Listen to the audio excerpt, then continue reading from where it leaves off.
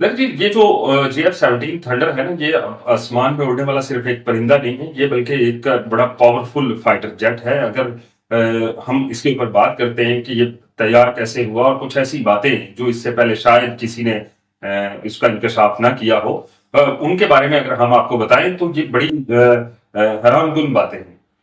یہ جو ہوا میں اڑتا ہے، اور اکثر پاکستانی اس کو دیکھ کر بڑے جذباتی ہو جاتے ہیں، لیکن یہ ایک پرندہ نہیں ہے، یہ پورے کی پوری ایک اسٹریٹجک پیغام ہے دشمن کے لیے کہ ہمارے ساتھ نہیں چھیڑنا۔ آج تک اس نے بڑے آپریشن بھی ہوئے ہیں، جن میں 4-5 ایسے آپریشن ہیں JF-17 تھنڈر کے، جن کے اوپر اگر ہم بات کرتے ہیں تو یقیناً یہ دشمن کے لیے نہیں کہہ سکتے، بلکہ پوری دنیا کے لیے ایک مثال بن چکے ہیں۔ اگر ان کے ہم بات کرتے ہیں آپریشن ضرب عضب کے دوران،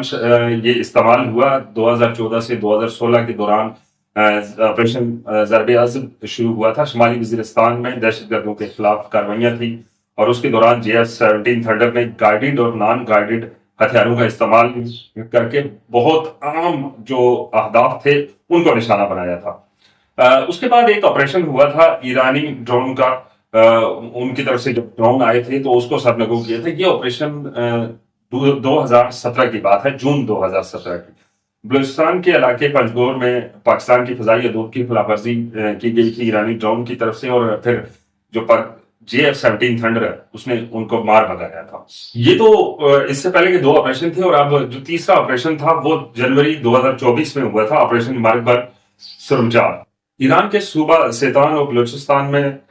جو بلوچ علیحدگی پسندوں کے خلاف ایک کارروائی ہوئی تھی، جس میں JF-17 تھنڈر نے انتہائی اہم اہداف کو نشانہ بنایا تھا۔ اس میں 5 جو افغان دہشت گرد تھے وہ ہلاک ہو گئے تھے، اور اس کے بعد پھر ایک اور آپریشن اس نے کیا۔ اس آپریشن میں حصہ لیتے ہوئے JF-17 تھنڈر نے پاکستانی جو طالبان تھے، جن کو جو تحریک طالبان پاکستان جس کو کہا جاتا ہے، ان کو نشانہ بنایا تھا، اور JF-17 کے میں افغانستان میں سرحد پار بھی حملے کیے تھے۔ اب دشمن ملک کوئی بھی ہو، اس کو یہ معلوم ہونا چاہیے کہ اگر یہ پیارا فضا میں آئے گا تو یہ صرف حملہ نہیں ہوگا، بلکہ ایک واضح پیغام ہوگا کہ جس کی وجہ سے دشمن کے اوپر ایک نفسیاتی دباؤ